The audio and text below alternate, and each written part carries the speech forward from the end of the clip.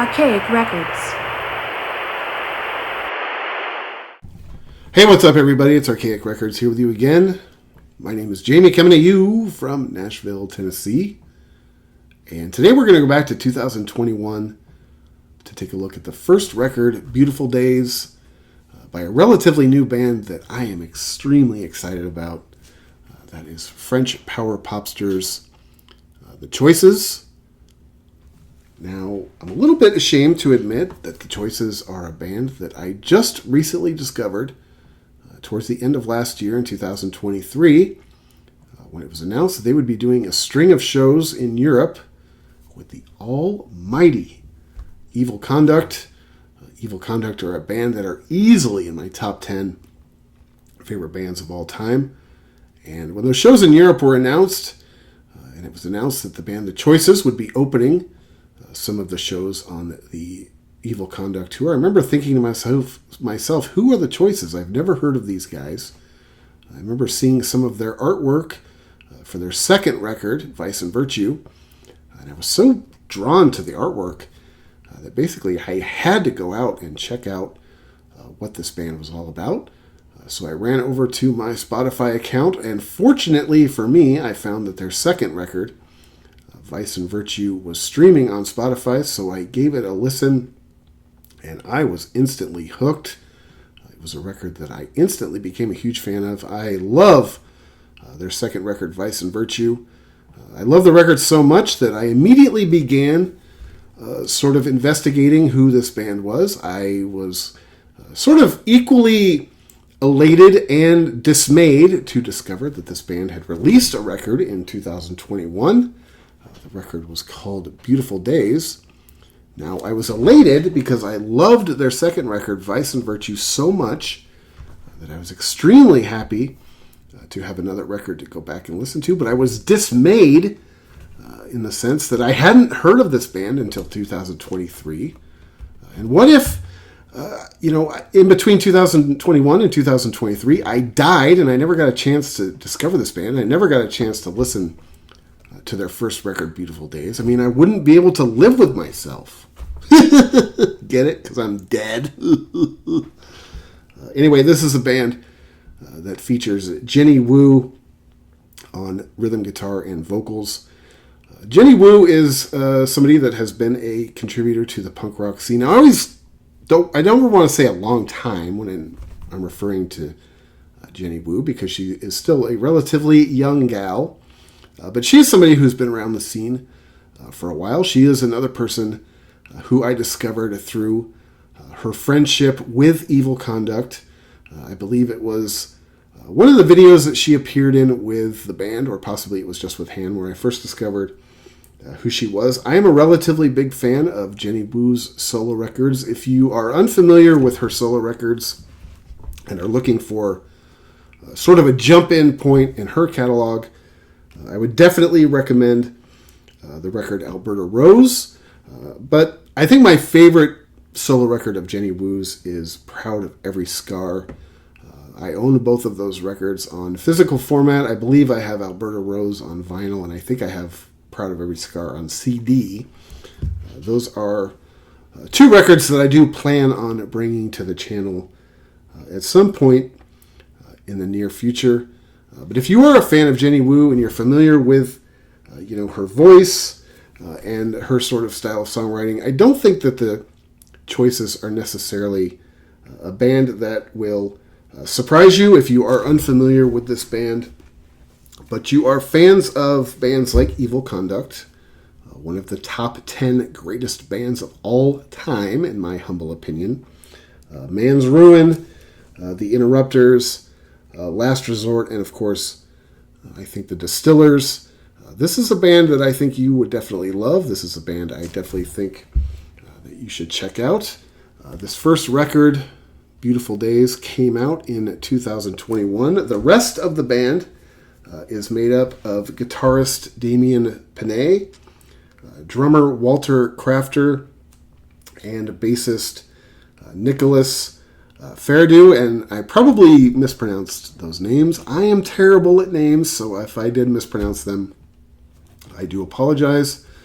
Really, I have a hard time with the name Mike Smith, to be honest with you. Anyway, like I said, this is a record I just recently discovered towards the end of 2023. After hearing the band's second record, Vice and Virtue, ordering it, ingesting all of it, I could not order this record fast enough. I ordered this record from the band's label, Randale Records. I would highly suggest you do the same if I were you. Anyway, the first song on side one is the title track, Beautiful Day. I love this song. This song is very catastrophic. I feel like this song is sort of, sitting back and kind of watching the world end and thinking to yourself, that's cool. If you are a fan of the medium of music videos, which I am, and I always have been, there is a really cool music video to this song. It features the band sitting around in an urban apartment. This band is from Paris, so I assume it was filmed in Paris. But a really cool apartment, by the way, guys. Whoever's apartment that is, it is pretty snug. But they're sitting around watching the television, which is tuned to some sort of 24-hour news channel. In this country, I would assume it's something like CNN or MSNBC. And basically, they're just watching all of this just chaos unfold on television. Basically, they're just kind of sitting back, draining a couple brewskis, maybe a bowl of popcorn, and jamming this song out. In between, I love this song. This song has a real sort of, clean, poppy sort of sound. Generally speaking, I should probably go back and say that generally speaking, this record is a little bit different from the second one, Vice and Virtue, which I feel like Vice and Virtue is a little bit poppier. To me, this record is a little bit punkier. It's a little bit more chaotic. It's a little bit bratty. I love Jenny Wu's lyrics. I love her vocals. I always have. One thing I like about this band, The Choices, is they don't really fit right into one sort of subcategory. You could sort of describe them as being a pop street punk. I think you could sort of describe them as power pop, pop punk. But none of those subcategories fit them, to the T. Yeah, I think that they're poppy, they're catchy, they are anthemic, they're fun to sing along to. But at the same time, they have a little bit of a serrated edge. They're a little bit bratty. They're a little bit snotty. And like I said, this record to me is a little bit clankier. It's a little bit noisier. And it's a little bit punkier than the second record, Vice and Virtue, which to me is a little bit more polished and a little bit more on the poppy side. I love both. I'm really excited and curious to see if this band keeps making records, which direction they go, because I think that these two records, even though they have some similarities, I think that they are sort of separate entities. I love both of them. I don't know if I love them both equally or not, but I do love both of them. The second song on this record is a song called Nervous Breakdown, and this is an example of what I was just talking about. This song is clanky and it's chaotic. It's got kind of a fierce tempo. I mean, ironically, this song could induce a nervous breakdown or at least some sort of minor panic attack. It kind of makes your spine itchy. So very clever on this song. Well done, my friends. I love the song Nervous Breakdown. The next song after that is sort of a poppier song. It's called Better Than Me. To me, this song sounds a little bit more like the stuff that you would find on the band's second record, Vice and Virtue. It's a little bit poppy.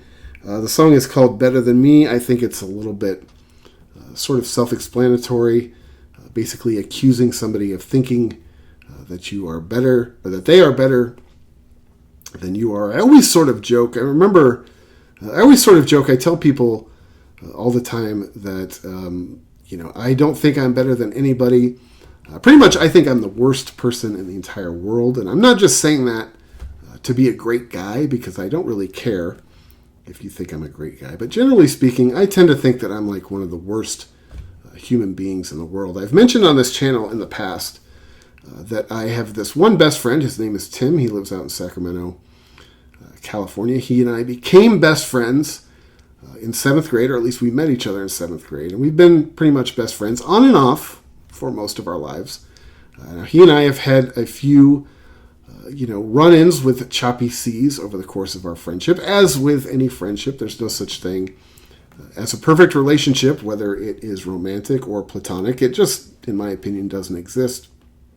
But there was an incident that happened about 12 years or so ago. It was right around the time my wife and I first got together, where Tim and I were supposed to go see Depeche Mode together. And without going into the whole story, we're both sort of Depeche Mode fans. We were going to go see them at a place called the Shoreline Amphitheater just south of San Francisco. Anyway, the whole night just got completely cocked up. Tim and I ended up not speaking to each other for quite a while after the show. This was not new territory for us at that point in time. And I remember Tim, he and I, after this show happened, he and I sent each other kind of a rough, series of emails back and forth. And I remember Tim sent me an email basically saying, sorry, I'm not cool enough to be your friend. You think you're better than me. And I remember laughing out loud, because if there's one thing about me that is not true, and I have a million flaws, and this could even be one of my flaws, is I don't think I'm better than anybody. I think I am worse than everybody. I was taught as a young lad to believe that I'm worse than everybody. So I remember laughing to my wife, because her and I were still relatively new at this point in time. I remember laughing, thinking, what's this fucking guy saying? I think I'm better than him. You clearly don't know me, friend. Anyway, the next song after that is a song called The Morning After. This is another song I really love. Sort of self-explanatory. This is a song you sort of paints a picture of being out with your friends, having one of those greatest nights ever. You're tipping back a few, if not, many beverages. You're listening to music. You're bonding. You're probably, if you're me and my friends, you're talking about music and bands, and you're totally nerding out, And I remember in my younger days, I remember this specifically, that, in my younger days, I could be out all night. I could be out having one of these nights till 3, 4 in the morning. It didn't matter. I could wake up the next day and I just felt amazing. I could get up and I could run a marathon if I wanted to. At my age now, and I don't really, I'm not saying that I never drink anymore, because I do drink periodically, but I definitely do not drink like I did back in those days. And at the age I'm at now, I've discovered, and I know this is sort of a cliche joke as you get into like your 40s and stuff, but I do find it to be true. I do find that even if I look at a beer nowadays, the next morning I wake up in the intensive care unit. So that's kind of what this song makes me think of. It's basically like the bad morning after an awesome night. It reminds me of a story back when I lived in Seattle, and these were back in the days when I could drink until 4 or 5 in the morning and wake up at 8 o'clock and go to work and be no worse for wear. I remember that I was hanging out with one of my coworkers who just happened to be a lesbian. We used to go to this gay bar in Seattle every Thursday night because it was 80s night. Not only was it 80s night, but it was buy one, get one free, like well drinks. And man, 80s and buy one, get one free drinks, I'm there. You don't even have to ask me twice. And I remember my friend, she was hanging out with her friends, and 2 of her friends were this couple, and I don't remember their names, and even if I did, I would not mention them on this channel. But I remember her 2 friends got into a bit of a cat fight, and one of them asked me to walk her home because she had had a lot to drink. And I'm sort of a big guy, kind of menacing. Now, this was in Seattle, and Seattle is a very safe city, even back in the late 90s, early 2000s when I first moved there. And I agreed. I didn't really think anything of it. I could walk her home and be back to the bar in probably the course of 3 or 4 songs. I was like, oh yeah, totally. I'll make sure you get home safe. So I take this girl, I walk her home. We're both feeling pretty good at this point in time. And I remember I got her into an apartment, and like I said, she just had this wicked fight with her girlfriend in public. It was nothing nice. And basically what transpired after that was that her and I ended up spending the night together. And it was not something that I had intended on. It wasn't something that I had planned. She was, I believed, homosexual and had a girlfriend at the time. It just happened. But I remember waking up the next morning completely stunned as to my whereabouts. And I don't have to tell you that among my male friends, after I told them that story the next day or the next couple days, I was basically a legend, man. I don't even have to tell you that. Anyway, the next song after that is a song called Strangers. I really love this song. This song is something that is like very relatable. To me, this song is about being stuck in a relationship that has totally gone like tits up.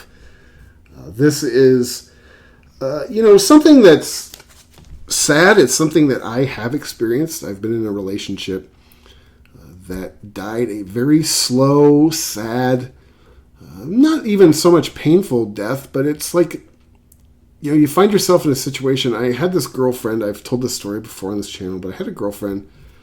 Her and I were together for 5 years. She was awesome.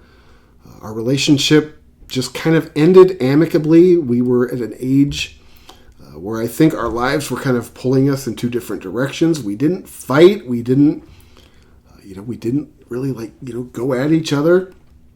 It's just, things happened and we drifted apart. And it reminds me of this song because it talks about in this song how, basically the relationship is over, but you're sort of just hanging out. You're sort of stuck together. And to me, it was like, there's not even any hate or anger, bitterness towards the other person because there's like not even, like that much emotion. It's almost like they almost become like a roommate or almost like another piece of furniture. That's what this song makes me think of. I've been in that situation where you're in a relationship that's just dead, and either maybe you don't recognize it right away, or maybe it's sort of a fear of moving on, a fear of the unknown. But eventually, at least in the situation that I was in, it got to the point to where I remember the last Christmas that her and I were together. We didn't even spend Christmas together. She went and hung out with her friends, and I went and hung out with my friends. And I remember that morning thinking, oh yeah, this is normal. Yeah, why not? You do your thing, I'll do my thing. It's all good. I remember riding the bus home that night after hanging out with my friends, probably having a good time. I'm not going to lie to you, but I remember riding the bus home, realizing that we had both just kind of spent Christmas alone. It made me really sad. So to me, this song is, sort of a sad one, but I think anytime a relationship ends, it isn't necessarily a happy event. The next song after that is a song called Blood, Sweat, and Tears. This is the song that closes out side 1 of the record Beautiful Days. To me, this song is very empowering. It's sort of up-tempo. To me, this song talks about the perseverance that is required to, chase your dreams. If you misstep, fail, or stumble somewhere along the way, get up, dust yourself off, and charge ahead. This song is very empowering. I love the message in the song. There are a few songs on this record that I think are very positive and inspiring, and to me this is definitely one of them. Side 2 starts off with another song I love called Love is Overrated. Another song I think is pretty snug. To me, this song makes me think of basically the time, or right around the time when I met and started hanging out with my wife. Now, before I met my wife, I had been through a string of rather unsuccessful relationships. Both my fault and other people's faults. There's never a situation where one person is a saint and the other person is Satan. That's just not, the case. In my case, more often than not, I could have been probably seen more as the Satan. I'm not going to lie to you. But after a string of disappointing and frustrating and unsatisfactory relationships, I basically made a conscious decision that I'm just going to be alone, at least for a while.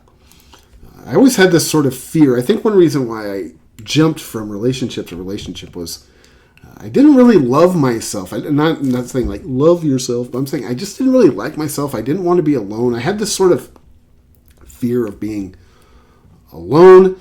So I tended to jump from relationship to relationship. I mean, a relationship wouldn't even be cold and I'd be into like the next one. So I made a decision. It's like, I'm going to be alone. I don't want to deal with this anymore. I keep making the same mistakes. I need to like do some self-improvement. I need to analyze myself and think about what I'm doing wrong.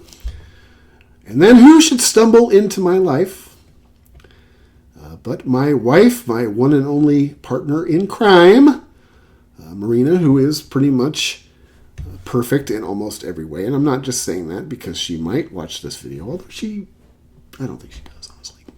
Can't blame her. I mean, she lives with me. She doesn't have to watch this stuff on YouTube.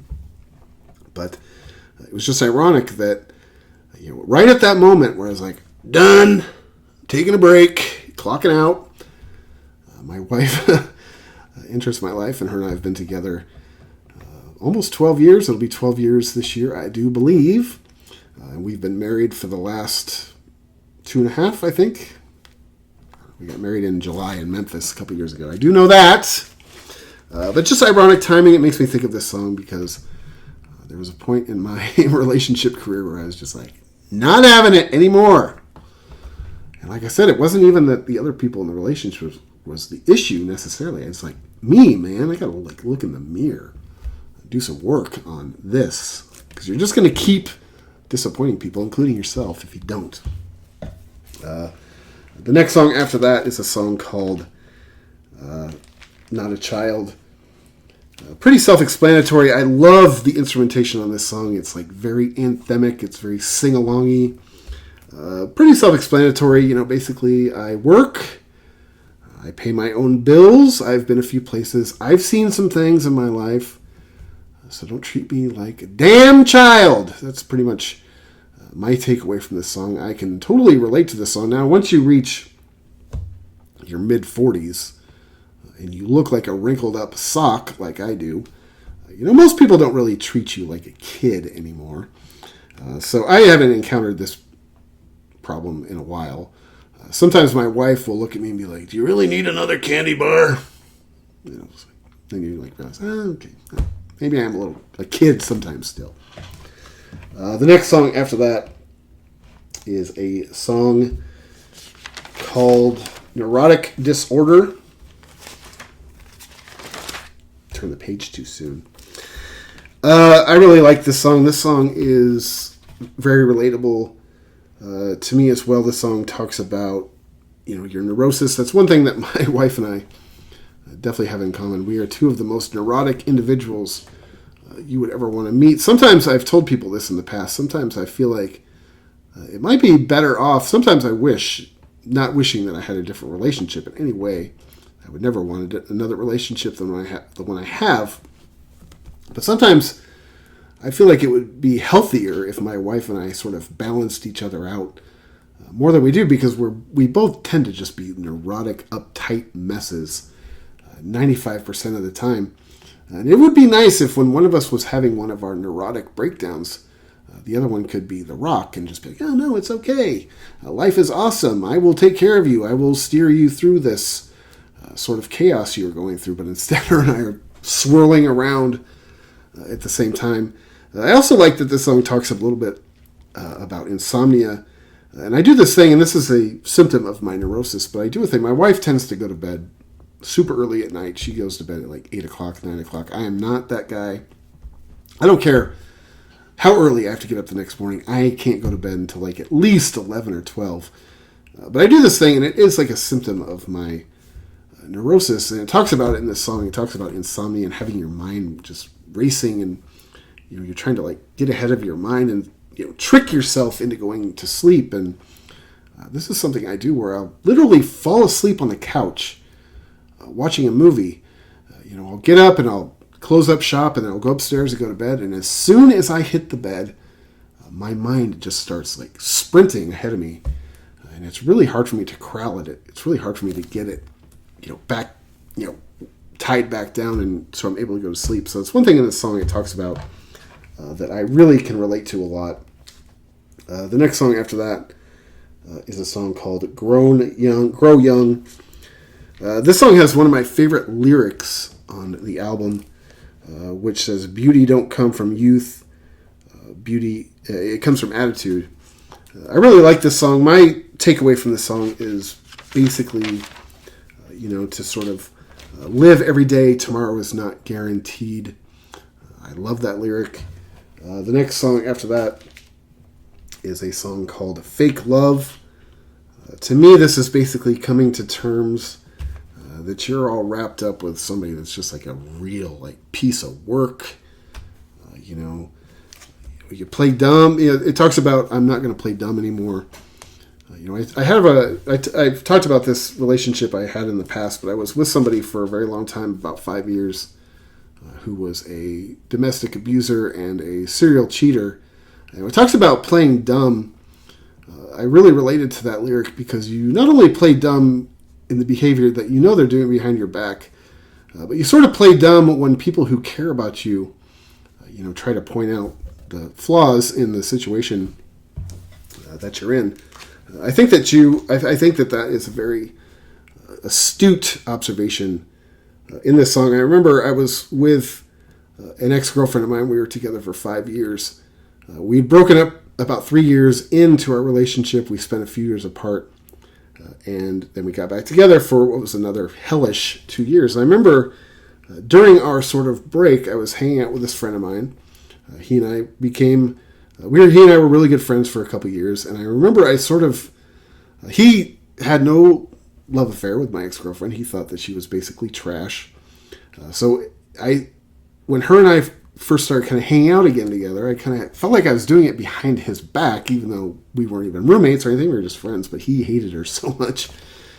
I wouldn't talk about times we hung out. I remember one time I broke plans to hang out with him, to go hang out with her. And I remember he asked me, he's like, "Oh, so what happened to you the other day?" And I was like, I had to make up some dumb lie.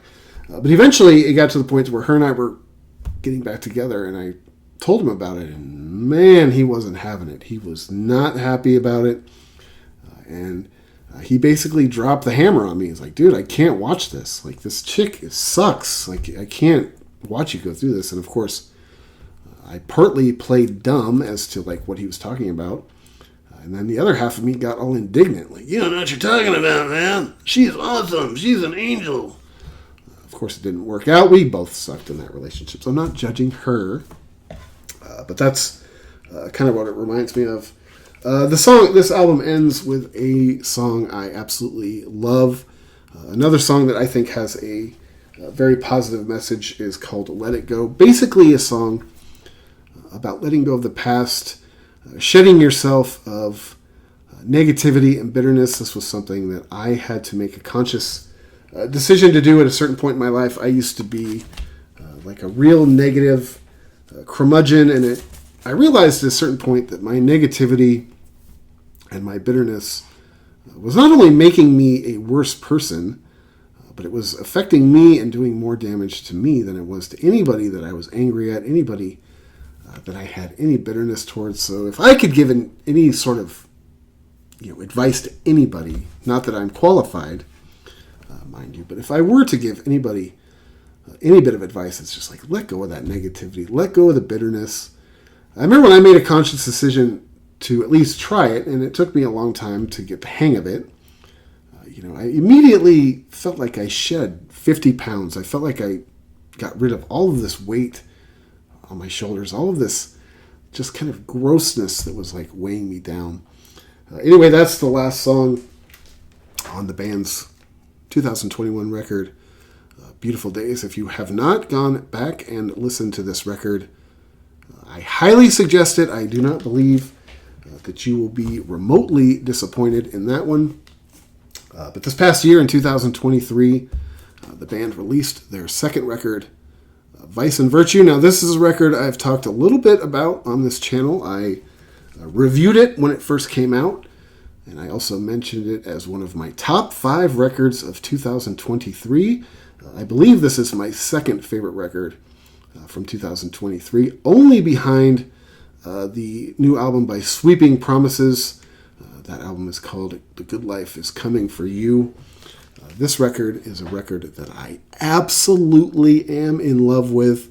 This was the record that introduced me to the band, and I thought, hey, why not talk about it a little bit more? You're here.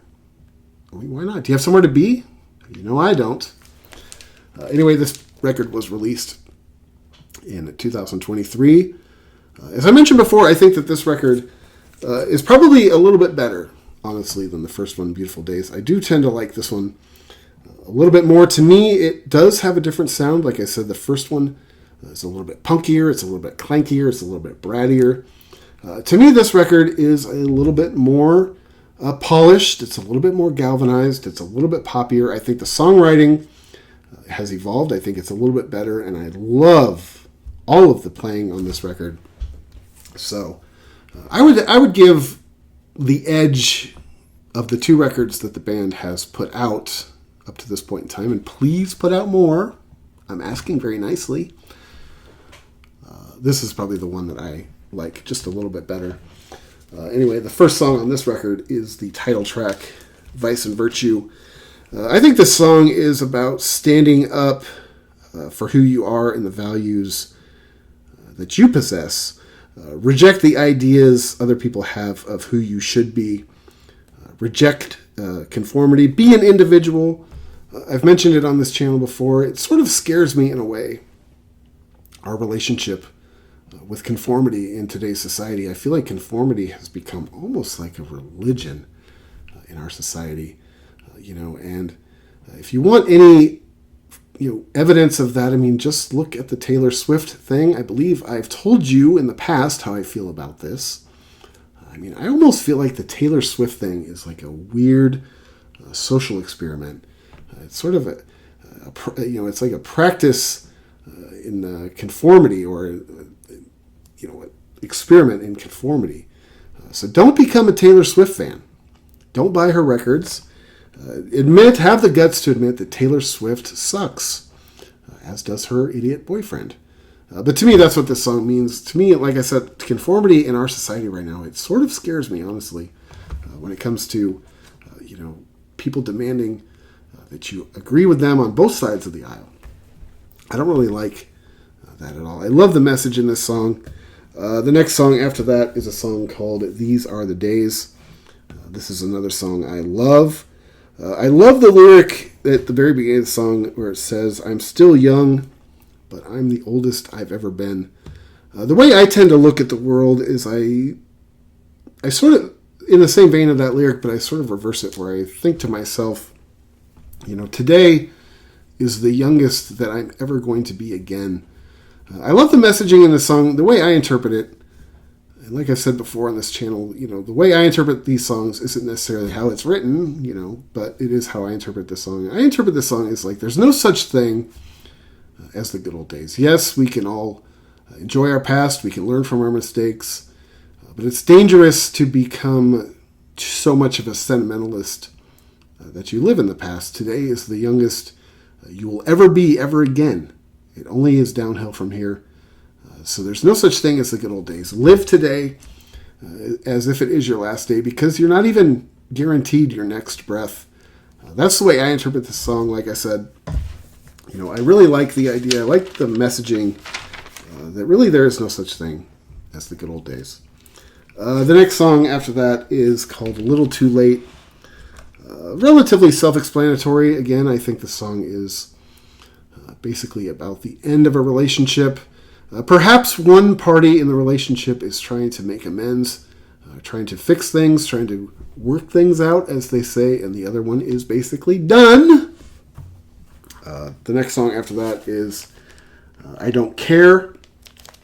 Another one of my favorite lyrics off this record is the record where she says, "I've heard you talking for 10,000 years. Your spit is spraying like a prison shower." I think that's some pretty damn fine poetry, if I don't mind saying so myself. To me, this song is a situation where basically you're just so fed up with a person that you basically don't even care what they say anymore. You're just like, all right. It'd be like if somebody told somebody, yeah, I saw Jamie the other day. The guy's eating roadkill right off the side of the road. And you're just so done. You're so tired of this person. You're so tired of the drama and the crap that comes along with even knowing them. You're just like, yeah, I was. I was eating roadkill right on the side of the road. Awesome. The other day I licked a cow's butt, too. I wouldn't have changed that for anything. So to me, that's like what this song's about. You're just so done with this person. It's just like, say whatever you want. I don't care. You're not even worth fighting with anymore. The next song after that is probably one of my favorite breakup songs of all time, and that is Forgot Your Face. Sort of in the same vein of the last song, I Don't Care. It's just basically like you've been with this person for so many years. You've been dealing with their crap for so many years. As soon as that door shuts for the last time, and they've got their last duffel bag slung over their shoulder with their toiletries and their toothpaste in it, basically you're like, done. Never see you again, hopefully. And as soon as they walk out of your life, you do everything you can to try to put that memory out of your head. The next song after that ends side one. It is a song called Little Sister. This is probably instrumentally, this is probably my favorite song on this record. If not in the band's entire catalog. I love this song instrumentally. I love this song lyrically. It has an incredible message in it. Basically, no matter what you're going through, brighter days are on the way. Stay strong. Keep your chin up. It's very empowering. It's very inspiring. I think it's got an awesome, positive message. Something that sometimes you need to hear, no matter who you are, no matter what you're going through. Sometimes you just need to realize that today is probably not the end of the world. Better days are possible. Things can change. It's something that I've had to remind myself of many times over the years. The next song after that is a song called Forward. I love this song. I love the lyric where it talks about how you're strategizing for that night's fight.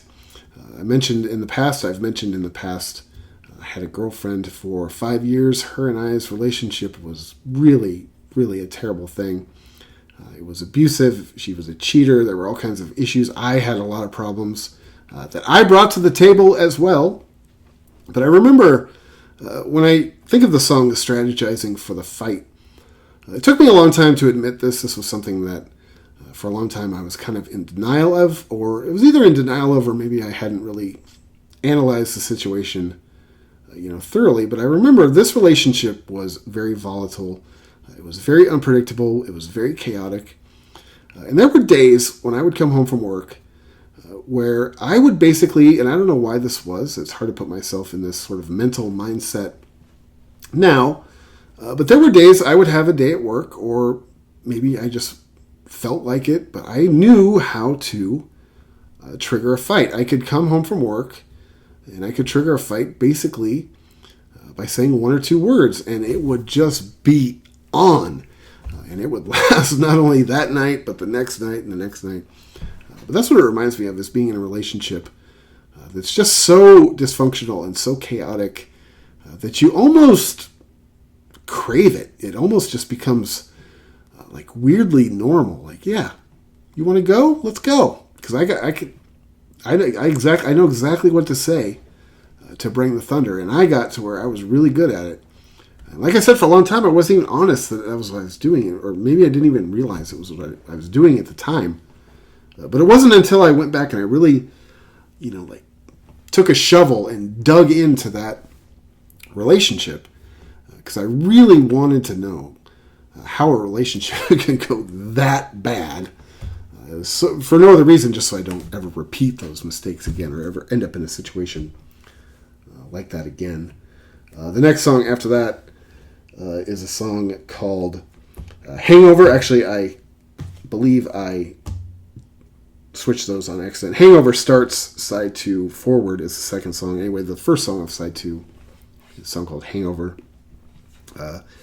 This song reminds me of a place I used to work in Seattle a long time ago. It was a place that had very notorious Christmas parties back in the day. It was a company that I worked for who owned the company that I worked for, but they also owned a bunch of hotels and restaurants and bars all along the West Coast in Seattle, Portland, LA, and Palm Springs. And I remember we used to have these notorious Christmas parties. I mean, these things were just debaucherous. I mean, it would always end up where two people over here were fist fighting, two people over here were making out. You were saying and doing things that you really ended up regretting. I myself fell into that trap a couple times without going into specifics. I was capable of making an ass out of myself on multiple occasions at these functions. But one thing that was consistent every year when I would go to the Christmas party was the next day, because basically it was free booze all night, as much as you could hold. And back in those days, I could hold my fair amount. One thing that was consistent every year after these Christmas parties was you would have a hangover that would last you like a week. I mean, this hangover had a name. I was like, this is Larry. He's going to be living here for a few days. You have to get up the next day. I remember the next day, too, after we'd have these like just rancid Christmas parties, we'd be open like regular business hours the next day. It's like, who the hell's going into work at 9 o'clock in the morning after what we just pulled off last night? But it reminds me of that song. Basically, the worst hangover you ever had in your entire life. I know for me, it was after attending these Christmas parties at one of my former employers. The next song after that is a song called What Do You Want Me to Do?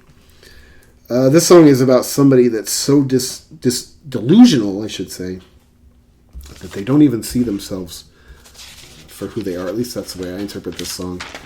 It's been said, and this isn't my original thought, but it's been said that we are not always, the best judges of ourselves. We don't always see ourselves for who we are, positively or negatively. That's what that song kind of makes me think of. The next song after that is a song called Still Dreaming. I really love this song. I interpret this song about somebody that's just basically, a dreamer. They wake up every day, they have their 9 to 5, they have their routine, but in their head, they're always fantasizing about the life that they dream of. And that's something that my wife and I have in common that I think is fun, and I think it can sometimes be cute. It can sometimes be, a little bit disappointing, but my wife and I both tend to be dreamers. We're both always coming up with these fantasy lives that we have. I think that's one reason why we've moved around as much as we have. We're always sort of creating these alternate realities for ourselves. It's fun. Like I said, it can be disappointing as long as it doesn't take you, totally out of the realm of reality. I don't think it's anything that's harmful. The next song after that is a song called I See Red. I think basically this is a song about a relationship where you basically want your spouse just to be on my side.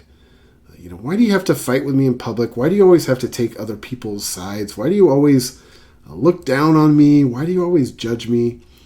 Just be on my team once in a while. I think that's the way that I interpret this song. It's something that I do think is very relatable. The next song after that is a song called American. I have it on good authority that this song is about Jenny Wu, who is a Canadian, being mistaken as an American when she is over in Europe. Something that is somewhat, relatable. I am Jamaican, obviously, but a lot of times people don't believe me when I tell them that I am Jamaican. I don't know what it is. Perhaps it is my, Norwegian last name that gives it away. But, I think it's an interesting song. One of the lyrics of the song says that my money don't have George Washington, and if I were you, as a Canadian, I don't know that I would necessarily be making fun of other countries' money. I remember I used to go up to British Columbia quite a bit. When I lived in Seattle, I would go up to Vancouver. I would go up there to go to hockey games. I would go up there to do record shopping. Vancouver is an amazing city. But I remember the first time I went to Canada, I had to go somewhere and I had to get some money out of a bank. I don't remember if it was like an ATM or if I went to someplace to, sort of convert it. But I remember getting this wad of Canadian money and I literally laughed out loud when I saw the Canadian money. And I'm sure everybody in the world has played Monopoly. That's exactly what Canadian money looks like. In fact, the $5 bill, if I'm not mistaken, I believe it's the $5 bill, literally has a hockey player on it. I mean, how Canadian is that? Speaking of Canada, one thing that intrigues me about Canada, now you might not think this, since it's our neighbor and it's relatively close to most parts of our country, but Canada, as similar as it is to the United States in some ways, it feels very foreign in some other ways. And one thing that strikes me as being unique to Canada, or foreign at least to this country, is one thing that is musical, and that is there's a band called the Tragically Hip. And that was a band that in this country, in the United States, they had a couple songs that were sort of known. I think that they have kind of a cult following, down here in the United States. But you go up to Canada, and I mean, the Tragically Hip are like bigger than the Beatles up in Canada. Every time I meet somebody that's Canadian, it's one of the first things I want to ask them is like, what is the deal with the Tragically Hip? And people from Canada that I've met always act like it's something you should just know. Yeah, it's the hip. What? They're like the biggest thing in the world. I mean, a few years ago, the band's singer, Gord Downie, passed away from brain cancer. And I swear to God, the way they covered it on the news in Canada, you would have thought it was the day that John Lennon got shot. Really, it's such an interesting thing. So if you are Canadian and you can explain to me, because nobody can, really, explain to me the thing about Gord Downie and the Tragically Hip up in Canada. Because like I said, every time I've asked a Canadian about it, they act like it's just something you're supposed to know. Oh yeah, it's a hip. What? What's your problem, idiot? Anyway, the last song on this record, which closes out my second favorite record of 2023, Vice and Virtue by The Choices, is a song called Getaway. To me, this song is sort of about being in the prison that is your 9-to-5, world. I don't know, maybe it's a song about actually being in prison. It sort of paints a picture of, great walls and a uniform. To me, I think it's just like the prison of daily life. I think it's a good song to close out the record. Like I said, I absolutely love this record. This was my second favorite record from 2023. I definitely think you need to go check it out. This is a band, like I said, I am extremely excited about. This is a band I'd like to see continue to put out records. This is a band that I would love the opportunity to see live at some point in time. Now, I've said this in the past, when it comes to like Nashville proper, Nashville isn't necessarily the best market in the world for bands like this, sort of, younger, unestablished sort of punk rock bands. These shows tend to struggle here in Nashville. Now, if you're a name and you have, an established identity, some of those records do well here. I mean, in April, we're going to have the Descendants and the Circle Jerks and the Adolescents are playing a venue here in Nashville called the Brooklyn Bowl. That show is completely sold out. I think that's incredible. But for a band like this, I don't know that Nashville is necessarily a place you should put at the top of your tour. That being said, if this band comes anywhere near me, whether it is Atlanta, Birmingham, Memphis, man, I'm traveling to see these guys. You can bank on that. Also, please remember that your relationship with music is a two-way street. Yes, it is up to the artist to continue to put out quality records and keep the scene moving forward, but it is our responsibility as fans to support these bands. So if you go back and check out these records and you enjoy them, be sure to buy a record, buy a CD, buy a shirt. If this band happens to come to your town, go out and support a live show. Now, I'm more than aware that things are tough. Money is tight. The dollar doesn't go as far as it used to, but it is important. At least I think it's important. And I think you should think it's important as well. And just so you're aware, this first record, Beautiful Days, as far as I'm concerned, or as far as I am aware, I should say, isn't streaming on any of the usual music platforms. So if you want to hear this record, which I definitely think you do, you need to secure yourself a physical copy of it. I don't even think this thing is streaming anywhere on YouTube, which I kind of like. So go out and buy this record. Support this band. Be sure and go out and see them live. Also go back and check out any of Jenny Wu's solo records, in particular Alberta Rose and Proud of All My Scars. Those are two records that I will bring to the channel at some point in time in the future. But until then, thank you so much for checking out this video. This is Archaic Records. My name is Jamie, coming at you from Nashville, Tennessee. Be sure to go out and support your local record store. Check back every week for Morrissey Monday, a weekly celebration of all things Morrissey and the Smiths, as well as other record content and album reviews throughout the week. And until next time, my friends, I will talk to you then.